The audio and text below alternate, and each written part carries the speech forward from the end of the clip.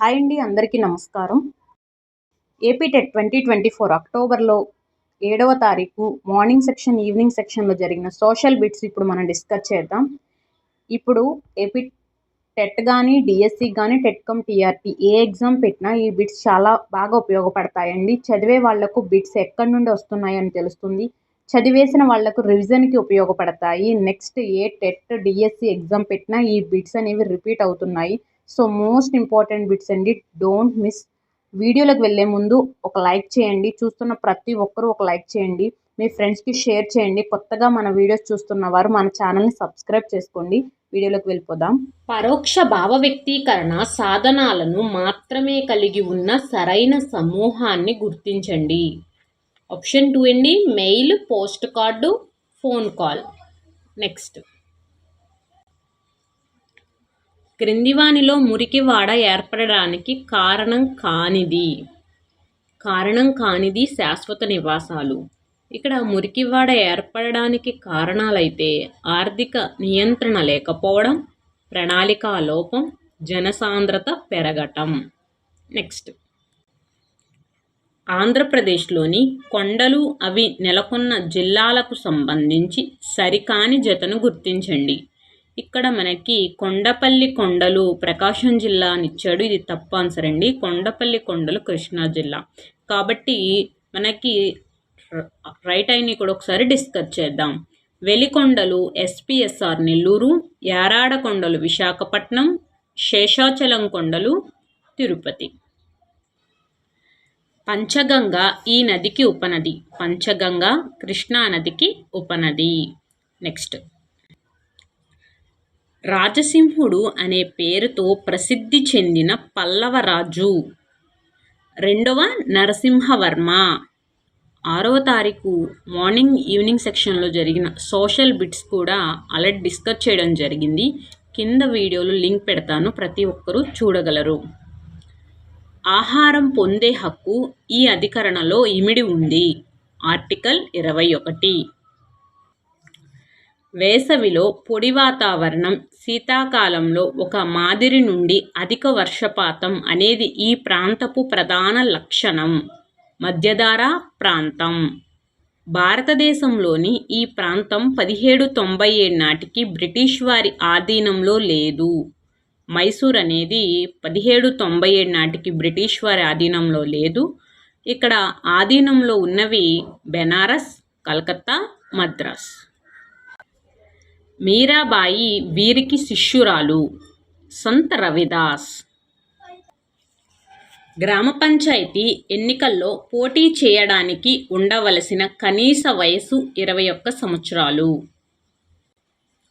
మలేషియాలో విస్థాపన వ్యవసాయమును ఇలా పిలుస్తారు, లెదాంగ్. తొలివేదకాలపు రాజకీయ జీవనానికి సంబంధించి సరికాని అంశాన్ని గుర్తించండి. ఇక్కడ సరికాని అంశం, రాజు నియంతలాగా పరిపాలించేవాడు. ఇక్కడ తొలివేదకాలపు రాజకీయ జీవనానికి సంబంధించి సరైన వాక్యాలు కూడా ఒకసారి డిస్కస్ చేద్దాం. తెగల నాయకుణ్ణి రాజన్ అని పిలిచేవారు. రాచరికం వంశపారంపర్యం కాదు. రాజుకు పరిపాలనా విషయాల్లో సలహాలిచ్చేందుకు సభ మరియు సమితి అనే 2 సభలు ఉండేవి.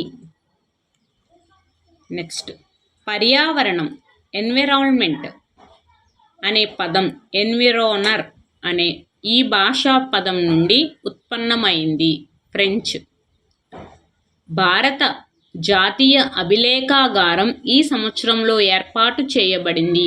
1920. సైనికులు దేశాన్ని శత్రువుల నుండి కాపాడుతున్నట్లే వీరు మనల్ని వ్యాధుల నుండి కాపాడుతారు. పారిశుద్ధ్య కార్మికులు. ఈ ప్రాంతాన్ని ఆంధ్ర కాశ్మీర్గా పేరు పొందినది లంబసింగి. వత్స మహాజానపద రాజధాని కౌశాంబి. ఈ సిద్ధాంతం ప్రకారం సూర్యునితో సంబంధం ఉన్న ధూళి మరియు వాయువులతో కూడిన మేఘం నుండి గ్రహాలు ఏర్పడ్డాయి. నిహారిక పరికల్పన సిద్ధాంతం. కృష్ణానది ఉపనదులకు సంబంధించి భిన్నంగా ఉన్నదాన్ని గుర్తించండి. వార్దా. ఇక్కడ మనకి కృష్ణానది ఉపనదులు అనేది మార్నింగ్ సెక్షన్ పేపర్లో బిట్ రావడం జరిగింది, ఈవినింగ్ సెక్షన్ పేపర్లో కూడా రావడం జరిగిందండి, గమనించగలరు. నెక్స్ట్, జీవన భృతి పొందే హక్కు జీవించే హక్కులో ఒక భాగం అని సుప్రీంకోర్టు ఒక భాగం అని పేర్కొన్న సుప్రీంకోర్టు తీర్పు. Olga Tellis versus Bombay municipal corporation తీర్పు. రుద్రమ్మదేవి పరిపాలనా కాలము క్రీస్తు శకం 1262 to 1289. సహజ వాతావరణం మాత్రమే సృజనాత్మక అభ్యాసనాన్ని ప్రోత్సహిస్తుంది అని భావించిన వారు రవీంద్రనాథ్ ఠాగూర్. భారత జాతీయ చిహ్నం 4 సింహాల గుర్తును అధికారికంగా గుర్తించిన రోజు జనవరి 26, 1950.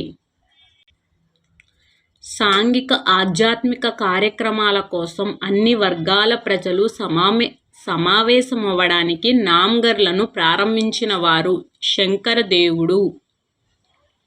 ప్రపంచంలోనే మొట్టమొదటిసారిగా సౌర పవన శక్తిని ఉపయోగించే బస్ షెల్టర్ను ఏర్పాటు చేసిన దేశం స్కాట్లాండ్. సింధులోయ నాగరికతకు సంబంధించి సరి అయిన అంశాలు గుర్తించండి.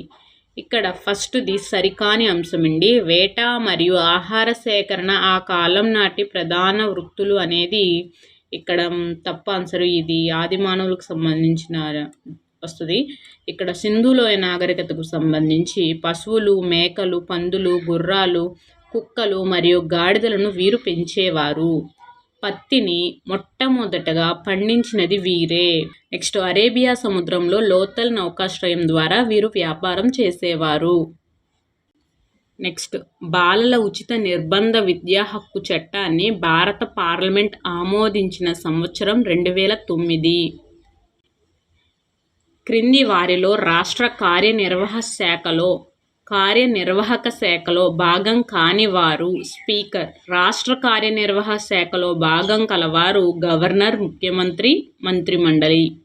ఈ వీడియో నచ్చితే ప్లీజ్ లైక్ మీ, అలాగే మీ ఫ్రెండ్స్కి షేర్ చేయండి. థ్యాంక్ యూ సో మచ్ అండి. నెక్స్ట్ వీడియోలో కలుద్దాం. Keep watching. Take care.